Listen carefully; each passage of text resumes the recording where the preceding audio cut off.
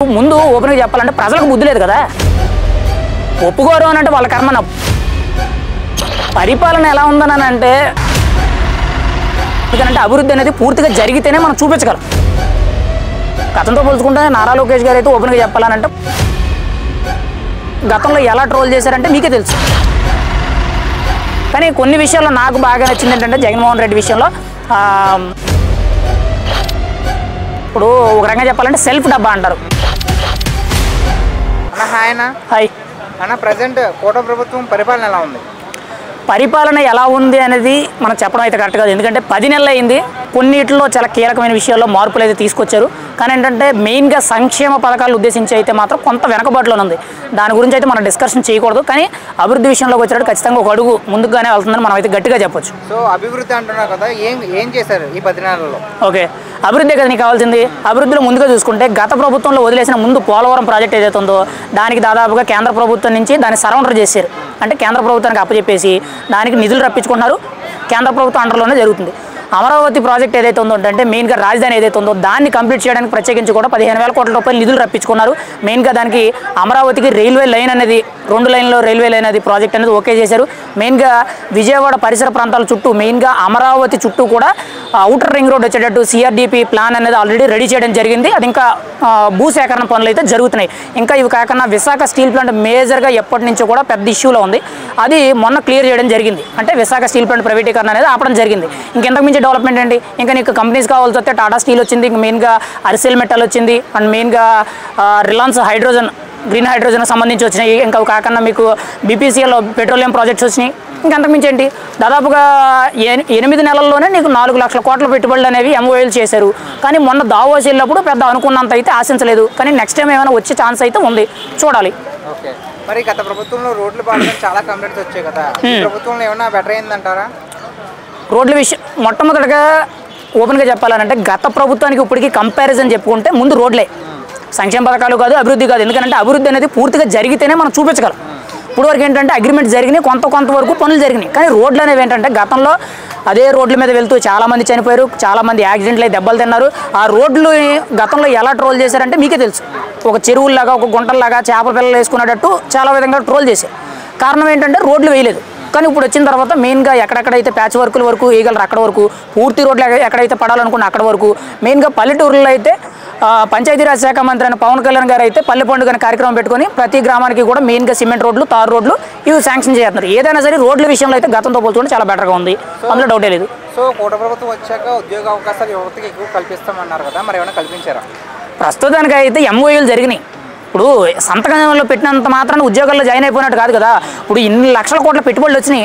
ఆ కంపెనీ అనేది పెట్టుబడులు పెట్టాలి, అక్కడ ఎస్టాబ్లిష్మెంట్ జరగాలి, కంపెనీ పూర్తి స్థాయిలో ఓపెనింగ్ అవ్వాలి. ఓపెనింగ్ అయిన తర్వాత నీకు ప్లేస్మెంట్లు కనబడతాయి. అది ప్రస్తుతానికైతే మెగా డిఎస్సీ మీద సంతకం పెట్టడం దాని మీద కూడా కొంతవరకు ఎదరికెళ్ళింది తప్పితే పూర్తిగా లేదు. కానీ ఇప్పుడు కూటమి ప్రభుత్వం అంతా కూడా కొంత డబుల్ ఇంజిన్ సర్కారే కానీ కొంత స్లోగా వెళ్తుంది. మరి ముందు ఏం చూపిస్తుందని చూడాలి. కానీ మొదట్లో వచ్చినప్పుడు మాత్రం కొంత స్పీడ్గానే ఉంది. విద్యాశాఖ మంత్రిగా చేస్తున్న నారా లోకేష్ గారి పరిపాలన ఎలా ఉంది? పరిపాలన ఎలా ఉందని అంటే గతంతో పోల్చుకుంటే చాలా బెటర్ బ్రో. అంటే ఎందుకని చెప్తున్నానంటే గతంలో ఏంటంటే ప్రతి దాని మీద కూడా కొంత వివక్షత అనేది ఉంది. ఏంటంటే ఇప్పుడు నువ్వు ఒక మంత్రి అయితే నీ దగ్గర ఒక సామాన్య ప్రజలు వచ్చి నీకు ఏదైనా చెప్పుకోవాలనుకుంటే అవకాశం ఉండేది కాదు. మొన్న రీసెంట్గా నారా లోకేష్ వచ్చి డైరెక్ట్గా ఇదే నా ఈమెయిల్ మీకు ఏ సమస్య ఉన్నా కానీ నా ఈమెయిల్కి మెసేజ్ చేయండి, నేను చూసుకుంటాను, ఖచ్చితంగా నేను దాన్ని స్పందిస్తానని చెప్పి ఆయన డైరెక్ట్గా మెయిల్ అంటే టీం ఏదైతే ఉందో దాన్ని మెయిల్ చెప్పారు. గతంలో నీకు అవకాశం లేదు. కనీసం నువ్వు సీఎం గారినో మంత్రి గారినో కలవాలంటే చాలా ఇబ్బందులు కూడా ఉంది. మెయిన్గా సకల శాఖ మంత్రి కానీ ఆయనకంటే ముందు ధనంజయ రెడ్డి గారు కానీ వీళ్ళిద్దరిని కలవాల్సి వచ్చేది. వాళ్ళిద్దరు అపాయింట్మెంట్ లేదే సీఎం గారి దగ్గరికి వెళ్ళే ఛాన్స్ లేదు. ఇంకా మంత్రులు అంటావా వాళ్ళకి అపాయింట్మెంట్ దొరకట్లేదు, మనకేం దొరుకుద్ది? గతంతో పోల్చుకుంటే నారా లోకేష్ గారు అయితే ఓపెన్గా చెప్పాలంటే కొంత మెచ్యూరిటీ వచ్చింది. మెయిన్గా ఎలా చెప్పొచ్చు అంటే గతంలో నారా లోకేష్ గారిని ఓపెన్గా చెప్పాలనంటే తప్పుగా స్థాయి వ్యక్తిని మనం విమర్శించకూడదు. పప్పు అని అనేవారు. ఈరోజు అంతమంది నోర్లు మూయించే విధంగా ఆయన నేర్చుకోగలిగారు.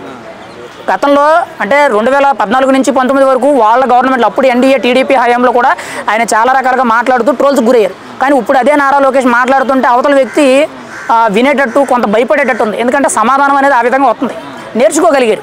ఎప్పుడైతే నువ్వు రాజకీయాల్లో నేర్చుకోగలిగి నీ యొక్క క్రెడిబిలిటీ ఏంటని చూపించుకోగలిగావో నీకంటూ ఒక ఉన్నత స్థాయి వస్తుంది. ఖచ్చితంగా ఆ విషయంలో నారా లోకేష్ మాత్రం ఖచ్చితంగా బెటర్గా ఉన్నారని చెప్పుకోవచ్చు.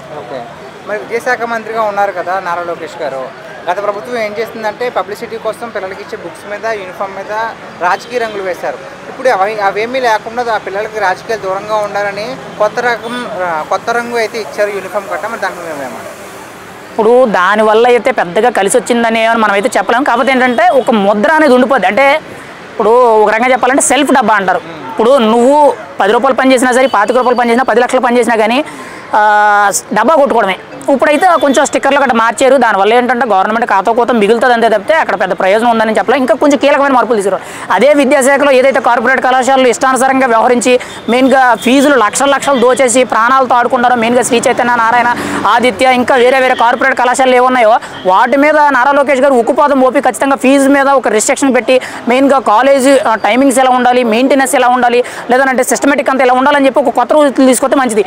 ఈ యూనిఫామ్ల మీద, ఈ బ్యాడ్జీల మీద పెద్ద ప్రయోజనం అనేది ఏం లేదు. కాకపోతే ఏంటంటే దానివల్ల ఏంటంటే ఎక్కడో 100 కోట్లు 10 కోట్ల రూపాయలు ఎంతో సేవ్ చేస్తున్నట్టు మ్యాక్సిమం అంత మించి ఏం కనిపించదు. కానీ ఏంటంటే గవర్నమెంట్ వేస్ట్ ఖర్చులేదు పోదు. కానీ మెయిన్గా కార్పొరేట్ కళాశాలల గురించి ఆయన బాగా రిస్ట్రిక్షన్ తీసుకోవాలి. ఎందుకనంటే కార్పొరేట్ మాఫియా అనేది ఒక రేంజ్లో ఉంది. దానివల్ల ఎంతోమంది లక్షల ఫీజులు కడుతున్నారు, ఈరోజు చేసుకొని చచ్చిపోతున్నారు.